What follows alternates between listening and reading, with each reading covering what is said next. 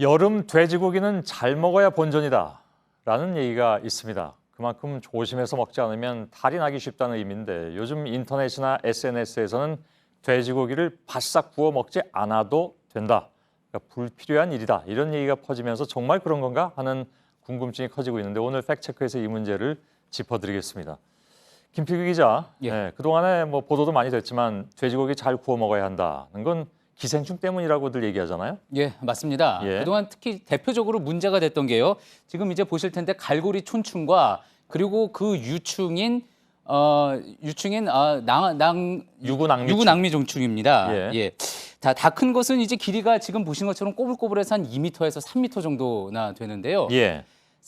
이것이 사람 몸속에 있다가요. 대변을 통해서 알이 밖으로 나오고 이제 돼지가 또 그거를 먹게 되면은 또 그게 돼지 몸속에서 자라서 돼지의 장을 뚫고 근육으로 들어갑니다. 예. 그러면 그 돼지가 이제 도축이 된 후에 돼지고기를 사람이 다시 그 돼지고기를 먹게 되면은 장 속에서 기생충이 성장을 하게 되는데요. 예. 자, 이게 그냥 가만히 장 속에만 있으면 되는데 심장이나 뇌로 이동해서 시력을 잃게 하거나 간질 발작을 일으켜서 죽음에 이르게 할 수도 있습니다. 아, 예. 예. 이 기생충은 그런데 이제 77도 이상의 불로 가열을 해야 죽기 때문에 그래서 돼지고기를 바짝 익혀 먹어야 한다. 그런 예. 이야기가 나왔던 겁니다. 오늘 여기까지만 설명을 들었는데 저는 이미 결심했습니다. 저는 꼭 익혀 먹을 겁니다. 근데 왜 안 익혀 먹어도 된다고 얘기가 나오는 겁니까? 왜 그런 이야기가 나오게 됐는지에 대해서는요. 기생충 전문가의 이야기로 먼저 들어보겠습니다. 예. 유구낭무충 방문됐어요. 우리나라 돼지에서 선모충이 그러니까 야생이 아니라 키우는 돼지가 선모충을 갖고 있으면 일은 거의 없습니다. 예. 전혀 없다고 해도 과언이 아닙니다. 그때 걸린 사람은 한 명도 없습니다. 예. 예, 그러니까 조금 더 부연 설명을 드리면은요. 그러니까 1960년이나 70년대에만 해도 인분을 돼지 사료로 쓰는 경우가 거의 대부분이었죠. 근데 이제 80년대에 들어서는 사육 시스템이 바뀌었는데요. 일단 돼지들이 기생충 감염의 근원지인 하수구물을 먹는 게 다 차단이 됐고요. 예. 또 질병관리본부에 따르면은 전국적인 조사를 해본 결과 이제 인분을 먹는 돼지는 없고 100% 사료를 먹고 있다. 그렇게 밝혔습니다. 그렇겠죠. 뭐 설마하니 지금까지. 예. 그리고 사실 또 어쩌고 보면 인분을 또 확보를 해서 관리하는 게 더 비용이 많이 들 수도 그럴 수도 있겠죠. 예. 있을 건데요. 국립수의과학검역원에서는요, 1989년 이후에는 유구낭미충에 감염된 돼지를 발견한 사례가 없다 이렇게 밝혔고요. 예. 또 대한기생충학회 논문에서도 1971년까지만 해도 한국인 몸 1.9%에서 발견됐던 이 기생충이 점차 줄어들어서요, 2004년에는 아예 사라졌다라는 내용도 있습니다. 예. 하긴 뭐 2004년이면 10년밖에 안 된 일이기도 한데 모르겠습니다. 계속 제가 좀 불안하게 얘기하고 있는 건지 모르겠습니다만은 그러니까 지금 기생충 위험이 없으니까 덜 익혀 먹어도 된다. 실제로 그런 예가 있습니까? 예, 있습니다. 예. 실제로 미국이나 유럽 레스토랑에서는요, 돼지고기 스테이크를 미디엄 레어, 그러니까 이렇게 핏빛이 약간 비치는 정도의 상태로 음식점에서 내놓는 메뉴들이 많습니다. 예. 사실 외국에서도 그런데 이 먹어도 괜찮느냐 이런 문제가 화제가 된 적은 있습니다. 예. 뉴욕타임스의 음식 칼럼니스트인 프랭크 브루니는요, 자신이 미디엄 레어 돼지고기를 상당히 좋아하는데 사람들이 꺼린다. 내일 아침에 먹어도 멀쩡히 일어날 테니 먹어보라고 권한다는 컬럼을 쓴 적도 예. 있습니다. 하루 만에 할 수 있습니까? 하루만은 아니겠지만 예. 뭐 그런 비유적인 표현으로 이야기를 했습니다. 상징적으로 얘기했겠죠. 예. 그리고 또 영국 가디언지도요, 음식 평론가들이 핑크빛 돼지고기, 그러니까 약간 덜 익은 돼지고기를 선호한다. 그래서 많은 레스토랑이 이런 고기를 내놓고 있다고 보도를 한 바가 있습니다. 예. 이런 이런 논의가 계속 이어지니까요, 2011년에는 미국 농무부에서 새로운 돼지고기 요리 기준을 아예 내놨는데 예. 섭씨 71도로 3분간 가열해야 한다고 했던 당초 기준을 62도로 낮췄습니다. 예. 이렇게 해야지 육즙이 풍부하고 부드러운 돼지고기를 즐길 수 있다는 설명도 덧붙였습니다. 예. 그럼 예를 들어서 오늘 당장 예. 돼지고기 집에 가서 덜 익혀 먹어도 됩니까? 핏빛이 비칠 정도로 먹어도? 그게 이제 그러니까 지금 당장 그런 결론을 내리기는 사실 좀 조심스러운 부분이 있는데요. 예. 전문가 이야기로 먼저 들어보겠습니다. 예. 기본적으로 뭐 대장균이라든지 이런 일반적인 균들은 다 있어요. 뭐 문제가 된다면 뭐 포도당 구균 같은 균이 있는데 덜 익혀 먹거나 이런 거는 상당히 위험하기 때문에 완벽하게 익혀서 먹는 것이 중요해요. 아, 결국은 그래도 익혀 먹어야 된다는 얘기군요. 예, 그러니까 꼭 기생충 말고도 다른 요인을 고려할 부분이 많다라는 건데요. 미국이나 영국에서도 덜 익힌 고기를 먹을 수 있다라고 했던 거는 잘 관리된 환경에서 제대로 유통된 돼지고기를 썼다는 전제 하에서 그런 겁니까? 예. 그런 겁니다. 그러니까 이 도마나 칼의 위생 상태, 또 뭐 불판 상태에 따라서 식중독 등 다른 위험이 있다는 점도 고려를 해야 하는 거죠. 예. 그러니 모든 고기가 그렇듯이 잘 익혀서 드시는 게 일단은 좋고요. 다만 의도적으로 너무 태울 정도로 익히거나 혹시 덜 익힌 상태로 드셨다고 해서 너무 걱정할 필요도 없다는 겁니다. 예. 그 인터넷상에 보면 김필규 기자의 별명이 똑필기우드군요. 아무리 똑필규 기자가 얘기하는 거라 하더라도 예. 정말 믿고 오늘부터 가서 그렇게 먹어도 나중에 혹시 뭐 어디 아프면 책임질 거냐라는 얘기 들으면 어떻게 하시려고 그럽니까? 예, 그러실 것 같아서 화면을 하나 준비한 게 있는데요. 예. 잠깐 좀 보시죠. 예. 본인입니까? 예, 오늘 예. 점심 때 이제 저희 팩트체크 팀이 돼지고기 집에 가서요. 실제로 고기를 각 부위별로 구웠는데 미디엄 레어 정도, 그러니까 살짝 덜 익힌 정도로 해서 예. 고기를 구워 봤습니다. 그래서 그리고- 먹었습니까, 다들? 예, 이제 예. 조금 있으면 이제 화면으로 나올 텐데 예, 저를 포함해서 저희 팀들이 다 먹어봤습니다. 예. 사실 뭐 오늘 그 앞에 있는 그 사람들이 다 인턴 기자들인 것 같은데 강제로 먹인 거 아닙니까? 아닙니다. 본인의 확실한 동의를 받고 같이 예. 시식을 한 거였고요. 일단 뭐 미각은 좋았다, 뭐 이런 평가가 있었는데 예. 오늘 다룬 내용이 뭐 학문적으로 이게 나온 내용을 바탕으로 한 거라 뭐 제가 책임을 지겠다까지 말씀드리기는 힘든 부분이 있지만 예. 혹시라도 뭐 주말 동안 아니면 앞으로도 저한테 어떤 신체적인 변화가 있다 그러면 시청자 여러분께 예. 알려드리도록 하겠습니다. 알겠습니다. 당분간 같이 밥 먹는 일은 없을 것 같습니다. 김필규 기자였습니다. 수고했습니다.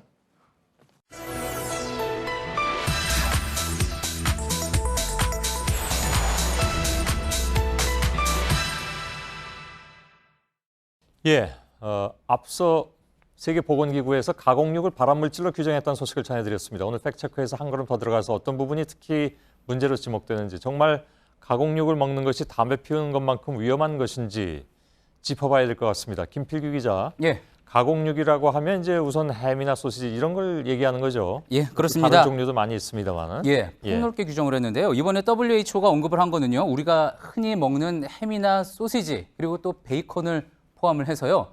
그리고 또 뭐 살라미나 파스트라미 같은 고급 가공육까지 또 그리고 햄버거에 들어가는 고기 패티까지 폭넓게 언급을 하고 있습니다. 예. 자, 이게 그러니까 조금 전에 보셨듯이 술이나 담배, 성면 그리고 비소와 같이 아주 치명적인 발암 물질이라고 규정을 한 건데요. 외신 등에 따르면은요, 그동안 나온 얘기가 이 모든 가공육에 들어가는 첨가물, 특히 아질산 나트륨이 몸속에 들어왔을 때 대장암을 일으키는 물질이 될 수 있다고 경고를 해 왔습니다. 예. 한국식품안전연구원의 설명도 찾아봤는데요. 아질산 나트륨에 대해서 이렇게 이야기를 합니다. 동물 실험에서 발암성을 나타냈고 또 15세 미만 어린이와 임산부는 많이 먹으면 심각한 문제가 생길 수 있으니 섭취량에 주의하라, 이런 내용입니다. 실제로요, 살짝 맛을 보면은 이게 짭짤한데요. 그래서 이거를 소금인 줄 알고 잘못 먹었다가 죽은 사람이 있다는 국내 보도도 있었습니다. 예. 자, 아질산염이 좀 그 논쟁이 되는 것 같은데. 예. 아까 이제 제가 그 속보를 통해서 들을 때는 아질산염 자체가 발암 물질은 아니다. 예, 그런 얘기를 했단 말이죠. 그렇습니다. 이지은 기자와 함께. 예. 어, 특히 주범은 아니라는 이야기였고요. 예. 그 아질산염이 이제 반응을 해서 몸속에 들어왔다든지 해서 반응이 해서 예. 니트로사민이 됐을 경우에 발암 물질이 된다라는 내용이 예. 또 있었던 겁니다. 그 이지은 기자가 저한테 다시 보내왔는데 바로 그 얘기입니다. 그러니까 아질산염의 일종인 아질산 나트륨이 소화가 되면서 변형된 성분인 N니트로스 화합물질이 되는데 그것이 대장암을 일으킨다. 맞습니다. 그러니까 자칫 그 오해에서 아질산염이 몽땅 무슨 그 암을 일으킬 수 있는 주범이라고 판단해서 안 됩니다. 이렇게 또 보내왔더군요. 그러니까 지금 조금 전에 김필규 기자가 얘기한 것과 맥이 같은 그런 얘기라고 봐야 되겠죠. 예, 그렇습니다. 예, 예. 지금 또 많이 그 부분에 대해서는 학문적으로 또 논란이 되는 부분도 있는데 예. 뒤에서 또 설명을 드리겠습니다. 예, 예. 그렇게 하죠. 근데 이런 물질을 그럼 왜 그럼 넣는 겁니까? 일단은 오래 보관하면서도요, 맛있게 보이게 하기 위해서입니다. 예. 아질산 나트륨은요, 식중독 일으키는 독소를 막아주고요. 그래서 오래 보관을 할 수 있게 하고 또 원래 햄이나 소시지는 이제 죽은 고기이기 때문에 거무튀튀해질 수밖에 없는데 이렇게 아주 신선한 붉은 빛을 띠게 해줍니다. 예. 그러니까 가공육에 이렇게 꼭 필요하다 보니까 유럽이나 미국, 일본 등 대부분 국가에서도 식품 첨가물로 사용을 하고 있는데요. 이렇게 다 보면은요, 한 제품에 넣을 수 있는 최대 양과 또 그리고 하루 사람이 최대한 섭취해도 되는 양을 다 정해놓고 있습니다. 예. 그런데도 이제 관련한 문제가 자주 제기가 되다 보니까 몇 년 전 우리 식약처에서 조사를 했습니다. 그래서 시중 유통 중인 햄이나 소시지에서는 아젤산 나트륨 함량이 기준치 이하라고 밝혔고요. 예. 또 한국인의 식습관상 일일 섭취 허용량 보니까 한 10분의 1 수준만 먹고 있다는 발표를 하기도 했습니다. 예, 예. 그러니까 햄이나 소시지를 그렇게 많이 먹고 있지는 않다. 그러니까 괜찮다. 이런 얘기인데 어쨌든 근데 먹는 사람 입장에서는 좀 불안하잖아요, 그죠? 예, 그렇습니다. 예. 그럼에도 불구하고 계속 사용이 되어 왔던 거는 아질산 나트륨이 WHO에서 정확하게 발암 물질이라고 규정을 했던 게 아니라 발암 의심 물질로 규정을 해왔기 때문입니다. 예. 게다가 그 독성에 대해서는 논란의 여지가 있다는 그 주장도 있었는데 먼저 전문가 이야기로 들어보시죠. 예. 우리가 먹게 되면 아질산의 80% 이상은 채소를 통해서 먹게 되죠. 그럼 실제로 아질산이 독성이 강하다 그러면 채소를 먹지 말아라고 똑같거든요. 술이 알코올이 1급 발암물질이다 뭐 이런 건 다 확정이 되어 있는데 1급 발암물질인 술은 별로 걱정 안 하면서 그죠? 예. 예, 그러니까 시금치 같은 자연식품, 특히 김치에도 아질산염이 있는데 유독 가공육만 문제 삼는 거는 너무하다라는 이야기들이 있었습니다. 예. 영국 식품연구소의 이안 존슨 박사 역시도요, 어제 파이낸셜 타임스와의 인터뷰에서 가공육 섭취와 대장암 발병에 관련성이 있다는 증거는 있지만 그 영향은 상대적으로 적고 또 발병 메커니즘도 정확하게 규명되지 않았다고 이야기를 했습니다. 예. 그러면서 베이컨과 소시지를 담배 연기에 필적하는 위험 물질로 규정하는 건 부적절하다는 입장을 내놓기도 했습니다. 예. 근데 학자에 따라서 논란이 되고 있던 그런 사안이면 틀림없는데 사실 그 음식에 대해서는 학자들마다 서로 얘기하는 게 좀 달리 나오는 경우가 많아서 예. 소비자들은 좀 헷갈리는 경우도 있습니다. 근데 이번에 WHO에서 어쨌든 그런 논란에 대해서 결론을 내린 셈이 되는 거 아닌가요? 예, 그렇습니다. 많은 논란이 있었고요. 그리고 22명의 전문가가 있었는데 일단 만장일치 의견이 나오지는 않았다고 합니다. 예, 예. 그래도 어쨌든 지금 아질산 나트륨 자체를 언급을 했고요. 또 가공육은 확실히 발암물질이라고 했습니다. 예. 그러면서 또 WHO에서는 가공육이 아닌 붉은 고기 자체도 발암물질까지는 아니지만 발암 위험이 있다고 명시를 했습니다. 예. 자, 그러니 앞으로 전 세계 육류업계 중심으로 상당한 논란이 불가피하게 됐는데요. 자, 그런데 한 가지 더 짚고 넘어갈 점은요. 국내의 가공육 소비량 썩 많지 않다고 조금 전에 말씀을 드렸죠. 예. 전체 육류 소비량을 봐도 지금 보시는 것처럼 한 미국의 절반 정도도 안 되는 수준이라서요. 자, 우리는 이런 문제에 대해서 혹시 좀 상대적으로 괜찮은 거 아니냐라는 반응도 있었는데요. 예. 올 초 발표된 자료에 따르면은 인구 10만 명당 대장암 발병률이 한국이 1위였습니다. 물론 뭐 여러 가지 다른 요인이 또 있을 수도 있지만 이 늘어나는 육류 소비에 비해서 운동량은 줄고 반대로 또 음주량은 늘기 때문이라는 진단이 많았습니다. 예. 자, 육류 소비량이 적다는데 안심하지 말고요. 경각심을 가질 필요가 있다는 게 또 취재 과정에서 들은 많은 전문가들의 이야기였습니다. 예. 알겠습니다. 아, 이런 음식을 생각하면 당장 떠오르는 어떤 음식 종류가 하나 있는데 그 뭐 입 밖에 얘기하기는 좀 그렇고 아무튼 모두들 너무 많이 먹지는 않도록 좀 해야 될 것 같습니다. 예. 김필규 기자였습니다. 수고했습니다.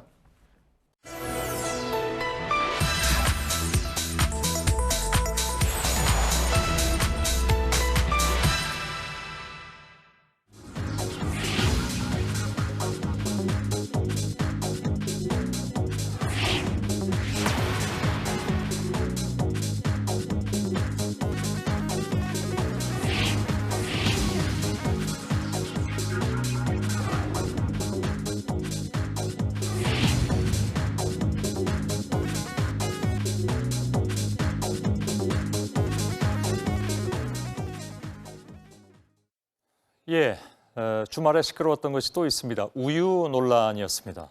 주말 내내 이게 많이 화제가 됐습니다. 하루에 우유 석 잔 이상을 마시면 사망 위험이 높아진다. 이런 논문이 발표가 됐기 때문인데 그렇다면 우유를 먹어야 되는지 말아야 되는지 걱정했던 분들이 많이 계실 것 같습니다. 오늘 팩트 체크에서 이 문제를 좀 다뤄보겠습니다. 오늘 말씀드린 대로 김필규 기자는 해외 출장을 가 있어서요. 2주일 동안 김진일 기자가 대신해 드리겠습니다. 김진일 기자. 네. 예. 자, 어떤 논란이 있었는지 제가 잠깐은 말씀드렸지만 네. 좀 짚어드리죠. 네. 예. 일단 말씀하신 대로 우유 석 잔 이상을 먹으면 사망 위험이 높아진다라는 논문이 나오자마자 인터넷엔 뭐 저런 자극적인 기사로 도배가 됐습니다. 한번 보시죠. 예. 뭐 조기 사망 2배 증가한다고. 여자분들만. 네, 여자는. 예, 예. 그리고 과하면 심장병 유발. 좀 제목만 봐도 정말 자극적인 이런 기사들이 도배가 됐습니다. 예, 예. 뭐 이 기사를 읽은 네티즌들의 반응도 뜨거웠는데요. 한번 보시죠. 예. 이제 빵 먹으면 우유 대신 물 마셔야겠네. 예. 우유는 끊어야겠다.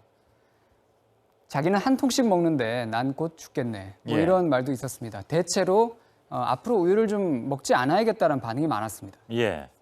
그런데 이건 좀 따져봐야 되는데 논문 내용이 어떻게 되는 겁니까? 그 실제로. 이게 스웨덴 웁살라 대학이라는 곳에 칼 미켈슨 교수가 연구를 한 것인데요. 예. 지난 20년 동안 여성 6만 1,000명, 11년 동안 남성 4만 5천 명을 추적 조사했습니다. 조사에 따르면 하루에 석 잔 이상의 우유를 마시는 사람은 심장병으로 사망할 위험이 높게 나타났다는 겁니다. 예. 특히 그래프에서 보시는 것처럼 여성의 경우가 더 심했는데 우유를 먹지 않은 사람의 2배나 됐다고 합니다. 예. 그래서 아까 그런 댓글이 붙었던 거였군요. 네네. 예. 그런데 연구진이 그렇게 판단한 근거가 뭘까요? 이 연구진이 주목한 게 갈락토스라는 물질인데요. 예, 이 갈락토스는 유당의 일종입니다.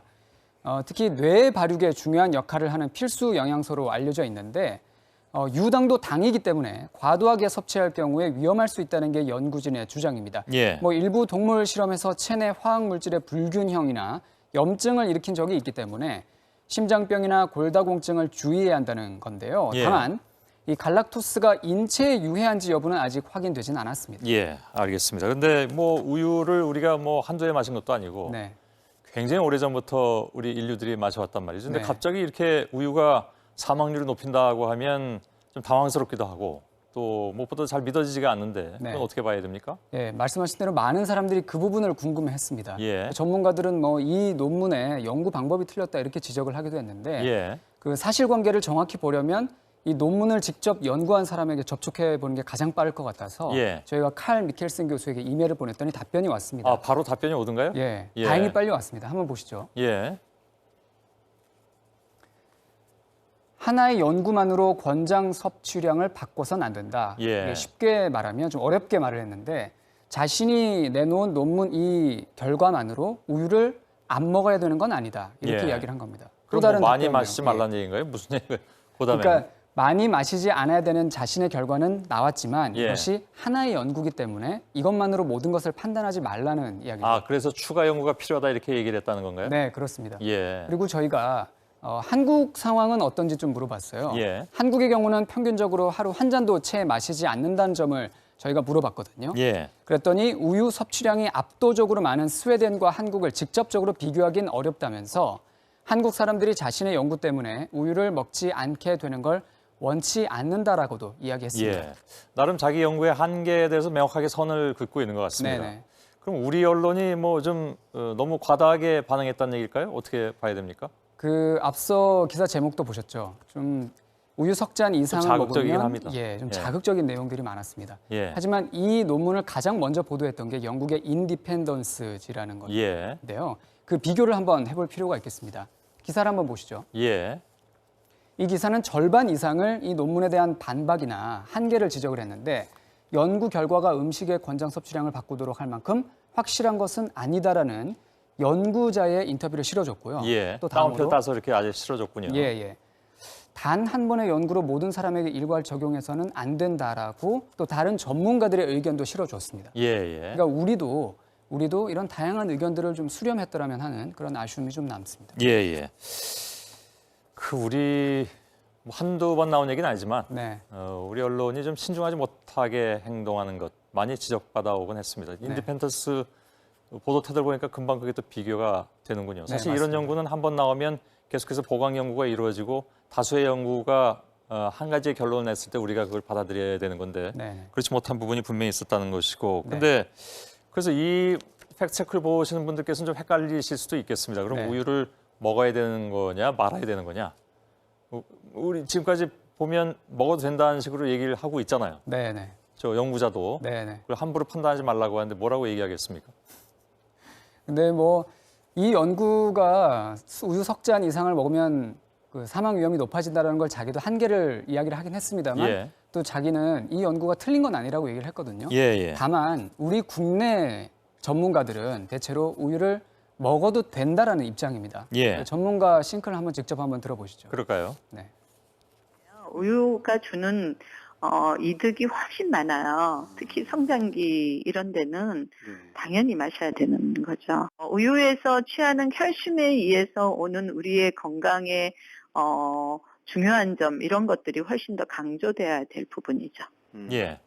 전문가들은 우유가 좋지 않다라는 논문은 명확하지 않지만 우유가 좋다는 논문은 많이 축적돼 있다. 예, 이것이 예. 전문가들의 대체적인 의견입니다. 근데 사실은 그 우유에 대해서는 굉장히 좀 논란이 있습니다. 예를 들면 골다공증에 우유가 도움이 되느냐, 칼슘이 많으니까, 네. 아니면 그 반대냐에 대해서도 굉장히 논란이 있고. 네. 그래서 예를 들면 이제 그 채식주의자들은 우유를 안 드시는 이유가 바로 그런 이유 때문이라고도 얘기하고요. 맞습니다. 이분의 그 미켈슨 교수인가요? 네. 이분의 연구도 원래 골다공증에서 비롯된 거라면서요.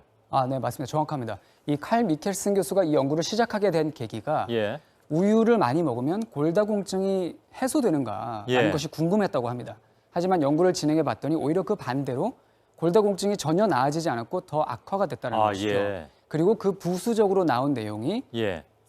본인의 주장이긴 합니다만 사망 위험이 올라간다라고 주장을 하는 알겠습니다. 겁니다. 근데 그건 또 다른 논쟁거리인데요. 네.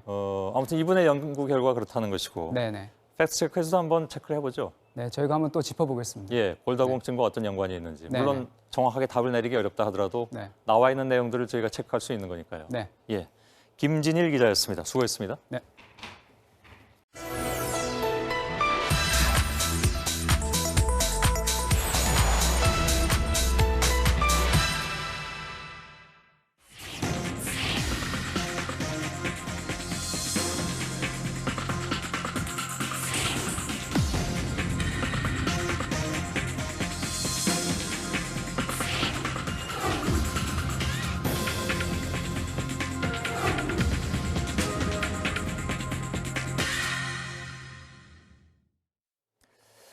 예, 어제 팩트체크에서 우유와 사망 위험에 대해서 알아봤습니다. 많은 분들이 관심을 표해 주셨는데 오늘 다른 방향으로 한 걸음 더 들어가 보겠습니다. 우유가 골다공증에 효과가 있다 없다 이 얘기도 사실 좀 된 논쟁인데 오늘 팩트체크에서 한번 짚어보겠습니다. 김진일 기자, 예, 우유 하루 석 잔 이상 계속 마시면 뭐 사망률이 높다. 네. 그 논문을 발표한 미켈슨 교수하고 어저께 이메일도 주고 받았고 해서 나름대로 확인을 해봤는데 네, 네. 사실 그 논문이 시작된 거는 골다공증 연구 때문에 그렇게 됐다면서요? 네, 예. 맞습니다. 어제 뉴스 말미에 저에게 숙제를 내주셨잖아요. 이 일종의 이제 주문 생산입니다 오늘. 네, 그래서 예. 더 꼼꼼하게 체크를 했습니다. 그런가요? 네, 예. 말씀하신 대로 원래 이 미켈슨 교수는 그 영양소와 골절 간의 이 상관관계를 연구하는 전문가인데 예. 이번 연구는 특히 우유를 많이 먹으면 골다공증이 나아지는가를 집중적으로 조사했습니다. 예. 왜 여기에 초점을 맞췄는지 물어봤더니 이렇게 답변이 왔습니다. 한번 오늘 보시죠. 또 바로 이메일이 오고 갔습니까? 네네. 오늘 예. 급하게 보냈는데 방송 직전에 이메일이 아, 왔습니다. 그분이 이메일은 상당히 잘 보내주시네요. 그러게 저희 상당히 성실하게 연구를 하신 분이라고 생각이 듭니다. 예, 예. 네. 볼까요? 내용을 한번 보시죠. 네, 기존의 연구들을 살펴보니 우유를 많이 먹는다고 골다공증을 예방할 수 있다는 주장의 근거가 약하고 오히려 골다공증의 위험성이 높아지는 경우도 있었다. 이런 얘기를 했습니다. 예. 그래서 20년에 걸쳐서 추적 조사를 했고 지금 그래프에서 보시고 있죠. 우유를 많이 마실수록 골다공증의 위험도가 높아지는 걸 확인했다는 겁니다. 예. 자, 이 얘기 다시 말하면 우유를 많이 마실수록 오히려 골다공증이 줄어든 게 아니라 더 늘어난다. 이건 사실 처음 나온 얘기는 아니죠. 전에도 그런 얘기들이 일부 많이 나왔습니다. 네, 그래서 이런 특히 얘기가 우리 이제 채식주의자들한테는 이게 굉장히 좀 떠받들어지는 얘기이기도 한데요. 네, 맞습니다. 어떻게 봐야 됩니까? 말씀하신 대로 종종 이런 얘기가 나오게 했죠. 가장 대표적으로 소개됐던 게 일본의 경우인데요. 지금 화면에 책 하나가 나왔습니다. 예. 책 제목이 병 안 걸리고 사는 법인데요. 2005년에 일본에서 나온 책입니다. 예. 신야 히롬이라는 작가가 쓴 책인데 이 책에서 이 작가가 우유에 대해서 특히 우유에 대해서 신랄한 비판을 했습니다. 예. 내용을 한번 보시죠.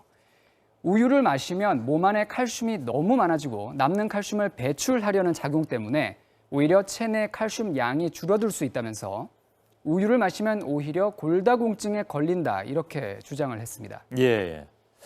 그러니까 체내 칼슘이 너무 많이 쌓이면 그걸 도로 내보내려는 작용이 강해지고 네. 그것 때문에 오히려 더 많이 내보내게 돼서 결국은 골다공증이 더 늘어날 수밖에 없다 이런 주장인 것 네, 같은데. 정확합니다. 예. 예. 근데 당시에 뭐 이 책이 나왔을 때는 굉장히 논란이 많았던 걸로 기억을 합니다. 네, 네. 또 다른 연구 결과도 있습니까? 예. 다른 연구 결과도 소개시켜 드리겠습니다. 화면에 한번 보시죠. 예. 이 연구는 콜린 캠벨 교수가 조사한 내용인데요. 예. 한번 보시죠. 유제품을 통한 칼슘 섭취가 많은 나라들이 고관절 골절이 많다는 주장인데 화면에 보시는 것처럼 유제품 섭취가 많은 미국이나 스웨덴이 골절이 많은 것으로 나타났고요. 예. 반면에 동양권인 홍콩과 싱가포르는 낮게 나타났죠. 뭐 물론 이런 식의 국가별 비교는 한계가 있습니다. 나라별로 식습관이나 생활 환경, 활동 범위, 유전자적 차이까지 이 변수가 워낙 많기 때문에 신뢰도가 그렇게 높지 않다는 이런 지적도 있긴 있었습니다. 예. 하지만 세계보건기구 WHO도 우유를 많이 먹는 나라에서 골절이 더 많이 발생하는 현상, 칼슘을 많이 먹는 나라에서 오히려 골절률이 더 높게 나타나는 현상, 이른바 칼슘의 역설이라고 이렇게 홈페이지에도 소개하고 있습니다. 예. 이에 대한 전문가의 설명을 한번 들어보시죠. 그럴까요? 네. 이제 골다공증은 뼈에서 칼슘이 빠져나가는 질환이지 칼슘이 모질해서 생기는 질환은 아닌데 이제 혈액이 이제 산성화되면 그걸 중화시키기 위해서 뼈에서 칼슘이 빠질 수밖에 없다. 골다공증의 주된 원인은 운동 부족과 단백질이 과다한 식품 때문이다. 우유는 이제 동물성 단백질이 예. 잘 들었는데요. 네, 사실 워낙 논란이 많은 거라서 맞습니다. 이거 반대되는 연구 결과가 또 굉장히 많이 있잖아요. 사실 네. 따져보면. 어제도 저희가 설명드렸지만 좋지 않다는 연구보다는 우유가 몸에 좋다는 연구가 훨씬 많습니다. 예. 말하자면 우유를 먹으면 골 밀도가 높아진다. 뭐 쉽게 얘기하면 우유를 많이 마실수록 뼈가 튼튼해진다라는 그런 연구가 많았는데요. 예. 화면을 함께 보시죠. 우선 보시는 자료는 1985년 미국 임상영양학회지에 실린 연구인데요. 청소년을 대상으로 조사를 해봤더니 우유를 자주 먹는다는 쪽이 거의 먹지 않는 쪽보다 골밀도가 높았습니다. 예. 화면에 보시는 것처럼 3% 가까이 차이가 나는 걸 확인하실 수 있고요. 다음으로 중년의 우유나 요구르트를 자주 마시면 골밀도가 높아져서 골다공증을 막을 수 있다는 연구 결과도 있는데요. 화면 함께 보시죠. 예. 미국 하버드대 노화연구소의 시바니 박사는 우유나 요구르트를 매일 마시면 고관절의 골밀도가 높아진다고 밝혔습니다. 예.